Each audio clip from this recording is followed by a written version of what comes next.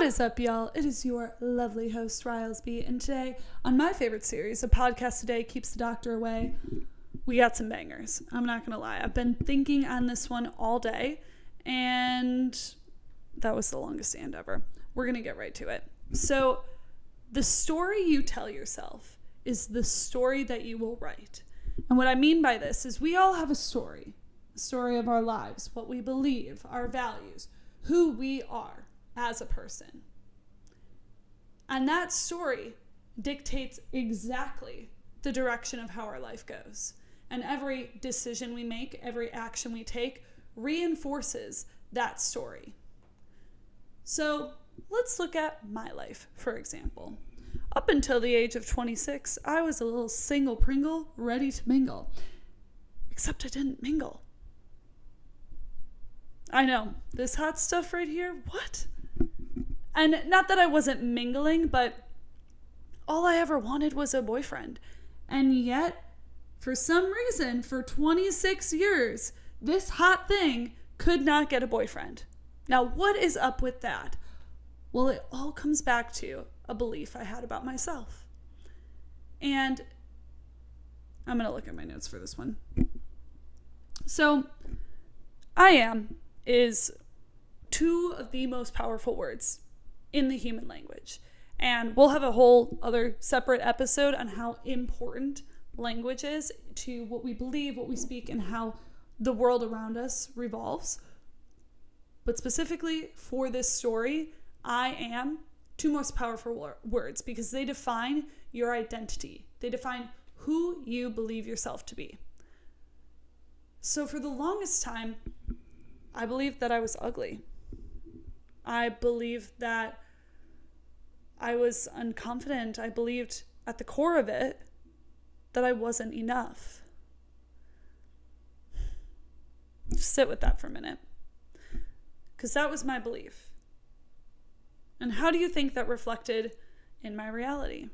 Well, of course, everyone else had a boyfriend except for me. Because how was I good enough to have a boyfriend? How was I good enough to be in a relationship? But see, the belief never just manifests as plainly and simply as that. It actually does it in a much sneakier way. So for me, it was always placing questions of judgment. Why can't I find a boyfriend? Why do I keep dating narcissists?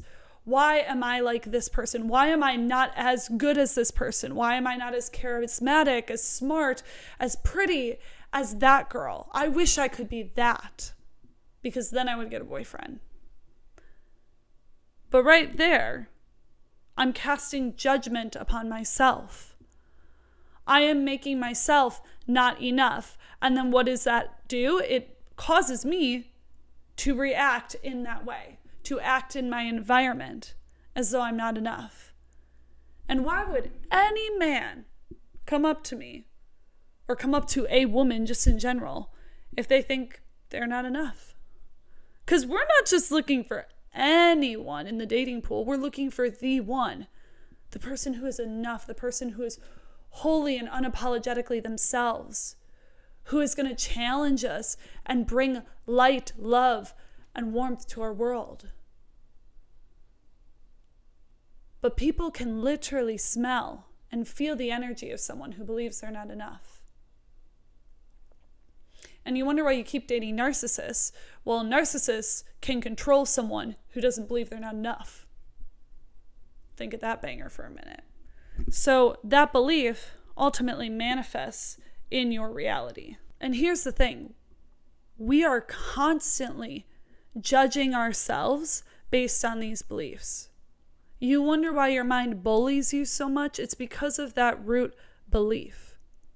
It is because your mind is being overly critical to protect you and keep you safe. Now, fortunately for us, rewriting a belief is fairly simple in the equation. In life, it's not actually that simple, but the formula for it is so easy. It's just the doing of that formula that is not. And this is something I've used in my own life, and I can tell you from lived experience, it fucking works. But in order to rewrite a belief, You must take, that was not English. You must take, hold on, I'll get it. In order to rewrite a belief, you must make a decision, then take tangible action, and that creates evidence for a new belief. And when you multiply that by 30, 60, 90 days, all of a sudden you have a new belief because your neurons are constantly rewiring. And when we rewire and rewire and rewire, all of a sudden they start firing together. And that creates that new belief. But you can't do that if you're not making a decision that is in line with the new identity of who you want to be. So for me, I want to be the $500,000 CEO. I'm up at 5 a.m. because that's what that person would do. I work out every single day because that's what that person would do. I come home and I meditate because that's what that person would do. I answer emails and I make content because that is what the $500,000 CEO would do. Right? It's all in line with the new identity, and each decision I make creates that belief within me. And this doesn't just show up in relationships. It shows up in your health, in your business. Where a lot of this comes from, or where I guess my identity rewiring started from, was I suffered from some serious health issues I want to say pretty much throughout my whole life. But in the last 5 years specifically, I was hospitalized 4 times. And that's an absurd amount of times to be hospitalized when you should be a healthy 22-year-old girl. Right? Wrong. Somewhere deep in my subconscious, I believed I was a burden. And so I was constant. Oh, and then on top of that, I had also been asked as a kid, like, or I don't even know if it was asked. I think I was just told, like, you're always sick all the time. And that little tape recording just kept playing in my head, playing and playing and playing. So then, in order to keep me safe, and in order to make life more efficient, easy, to keep that belief aligned, because our beliefs create our identity, and our identity and our ego is what keep us alive, and that is who we are trying to be in this world, right? We are just trying to live, survive. I'm going on a tangent, but bringing it back. In order to be, I know what I was going to say with that. Who are we without our identity? We're a limitless being. That's who we are. But our ego is so possessive of us. And he wants to keep us, I said he, but it's just, your ego wants to keep you where you are, because that's how you are safe. That is how you are alive. That is how you are perfect right now in this moment. And so it constantly is reinforcing that belief within you. So I believed I was someone who was a burden and who was always sick. And that is exactly what happened. There was literally 1 year in college where it was my sophomore year. And I was sick for 8 out of the 9 months I was in school. And that's no joke. I would be 3 weeks sick, 1 week healthy. I'm finally starting to feel good. And then all of a sudden I have a cold again. Like, I can remember the tissues just piling up in my dorm room, which is hella disgusting. But it's the truth, because I just was so sick. I didn't even leave for like a week. I just sat in my bed and died for like God knows how long. Didn't go to class. But it's because I was sick. And then that summer I had to go. And I don't know if y'all have ever heard of this, but there's these things in your nose called brachii, and apparently I had too many of them. So they did nose surgery on me. And no, this is my real nose. It's a different kind of nose surgery, like an invasive one, but I have the same nose as I had as a kid, is my whole point. Getting back to it, that belief was constantly then reinforced. I was constantly putting myself in stressful situations where I didn't have a job, or I was stressed out of my mind about money or about friends or about X, Y, or Z, right? And that manifested, that chronic stress manifested in my health and constantly needing to be taken care of. I was hospitalized for 5 days at one point, and the doctors literally could not find out what was wrong with me. They had no idea. You're telling me after, I think we did a total of 8 tests on me, that not a single one came back with any answers? My blood work didn't tell you anything that was wrong with me, but yet I'm here, hospitalized, and on my deathbed? What? It's a little weird. And then for me to go back the next year, because I don't even know how this happened, I had alcohol poisoning. And literally it was I took a drink and then I woke up in the hospital. And no, it wasn't a roofie. It was alcohol poisoning. How the fuck does that happen? Or how does it happen that my appendix bursts? And you're like, oh, those things can just happen. You're telling me back-to-back hospital visits are normal? No, it's because that is who I believed I was. And as soon as I started changing that belief, my world shifted in every direction. I knew I didn't want to live a life like that. I knew I didn't want to live sick and chronically depressed all the time and constantly in the hospital. So I had to start making decisions that were going to change that for me. My sleep became my number one priority. I am super dedicated to getting good sleep, 8 hours all the time. And you'll notice if I make the decision to stay out late with friends, that is fine. But then I am sleeping my 8 hours till the next morning. My health, what I put into my body, number one on my list. Because this body is a temple. Okay, and if I want to stay healthy, I have to prioritize the foods I'm putting into it. I'm not going to be eating cake 24/7. And don't get me wrong, I do love my cookies. And I do love my ice cream. But processed foods, you will pretty much never see, that was sounding English. You will pretty much never see me eat processed foods. Unless it's a once on a road trip kind of deal, right? And you're all that's here is freaking Taco Bell. Even on my worst day, though, I don't think I would do Taco Bell. My diet pretty much doesn't change. I eat the same meats, the same yogurt, the same unprocessed shit every day, and I cook for myself because I know that's what I want to be putting in my body. And I know that is what is going to keep me healthy. These are all decisions I made and then actions I took. I work out every day, whether I go running or I go to the gym. I make the choice to do some form of exercise every day because I know that's going to keep me healthy. I know that's going to keep me out of the hospital. And I seriously cut back on my drinking, which is another thing that was getting me hospitalized. Decision plus action equals evidence. And I've now created for my body and for my mind that evidence that I can stay healthy, that I am a healthy person. And that is reflected in my reality. I haven't been in the hospital in almost a year and a half. I haven't even seen a doctor in a year and a half. I make sure I take care of myself. So what areas in your life are you not doing that? Is it in your relationships? Is it in your health? Is it in your wealth? Is it with your business? Because our identity plays out in all of those areas. Some might also add in faith. Is your identity not showing up in your faith?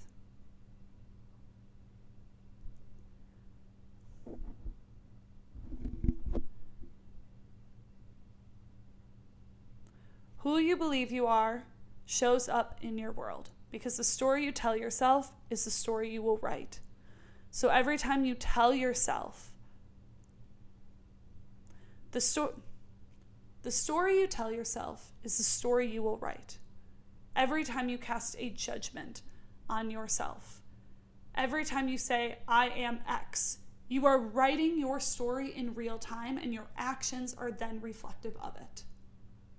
That is why it absolutely bugs the shit out of me when people are like, I'm an anxious person. No, you are just experiencing anxiety in this moment. That's all it is. It's nothing more than that. We all have emotions. We all experience anxiety. that doesn't make it your fucking personality. You, at your core, are a limitless being with limitless potential. You bring so much to this world, but you limit yourself by saying, I am X. I am anxious. I am not good enough. I am a burden. I am ugly. Every time you say, I am, insert negative language, you limit yourself. What if instead you were saying, I am the hottest shit that this fucking planet has ever seen? Ooh, I like that. How are you walking into town now? Is your posture better? Is your head up? Of course your head's up straight. I don't know where I was going with that, but is your posture better? Are you smiling more? Do you actually say hi to people? How do your conversations go? Someone who's the hottest shit on planet Earth, how do they act? Think about that one for a minute. Okay. I'm the beefiest guy in all of town. Oh, really? Are you working out to prove it?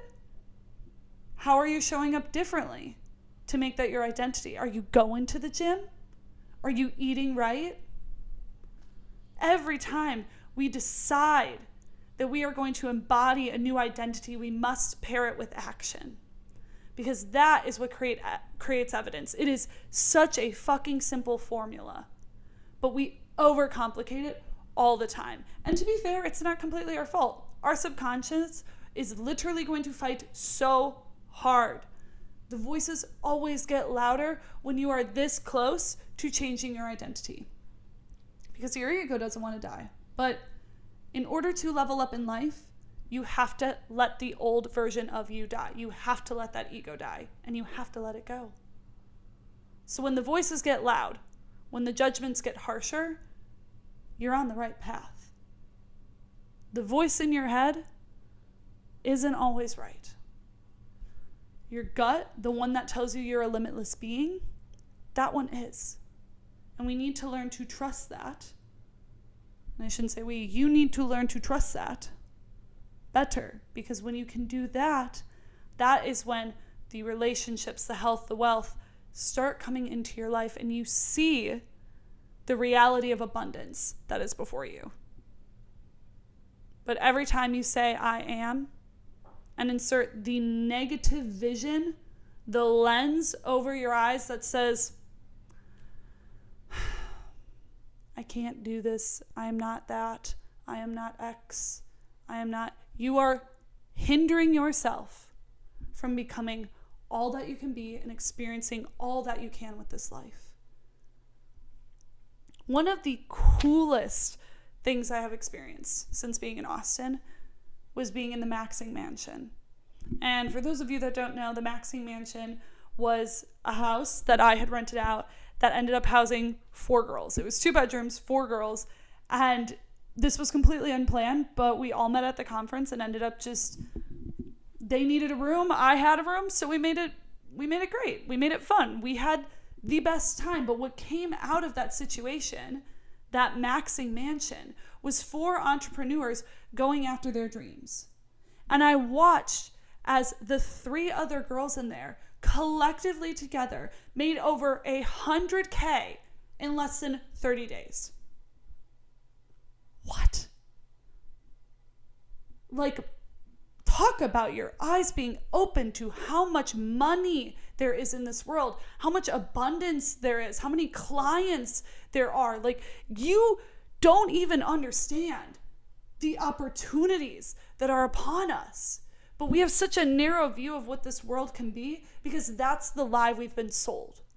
That's the lie we've been sold by parents, teachers, influential people. And that is the lie that our subconscious, I think I keep saying it wrong. Anyways, that is the lie our subconscious continues to tell us because that is what has kept us safe. That is what has kept us okay. But staying safe and okay doesn't get you more money, better relationship, better health. It doesn't do that. You actually have to go into the discomfort. You have to kill your ego. And you have to realize how much abundance is out there in this world. 100K collectively in 30 days. That is insane. From 3 20-something-year-old girls. We are truly limitless beings if we tap into our potential. If we see who we are for all that we are, and we don't put any limitations on ourselves. Because as soon as we release the shackles of what has been keeping us stuck for years and years and years, we become these incredibly creative, loving, and inspired beings who go to change the world. And that's a pretty cool fucking story to share, isn't it? I know I don't want to be on my deathbed at 122 telling my grandkids that I have these regrets. I never lived up to my potential. I struggled, I'm going to go off on a little bit of a side tangent, and then I promise I'll bring it back. Every time you say you struggle, that is just a perception. You're alive right now. Things might not be perfect, but every time you tell yourself, I am struggling, you are making that your identity. You are making that your current situation, and you are resisting accepting what is. Because upon acceptance, we let go. And we all know what happens when you let go. You find peace. But we resist peace because that would mean accepting where we are. That would mean letting go of our ego in order to change. But if we keep struggling as our identity, well, at least we have a fucking identity then. No. That is just a negative perception you have of this situation. That is the meaning you're giving this situation, when in reality, there is no good, bad, right, and wrong. It is just how we perceive it in our lives. We have made that mean something to us about us, when in reality, it's just a situation. For so long, I did that with my life. Every time I changed jobs, every time I went through something quote unquote bad, I would make it like I am just the most resilient person on the planet. No, actually, that is not it. I am just someone who learned a lesson and had fun while she was doing it. And that is the core of life. Life is meant to be experienced. Get excited about life. Because every time we're just like, I don't have this, I want this, we are coming from this place of lack and scarcity and negativity. And that closes off our mind. It limits our mind from the potential that's out there. But when we get excited about life, I'm excited to learn, I'm excited to grow, I'm excited to experience business, a relationship, a family. I'm excited to experience good health. I'm excited to go for a run and go to the gym because that's fucking awesome. That is an extremely cool part of life. Every time we do that, whoa, our world changes, our energy changes. Our heart comes into coherence, and we become at peace, and we become inspired and creative.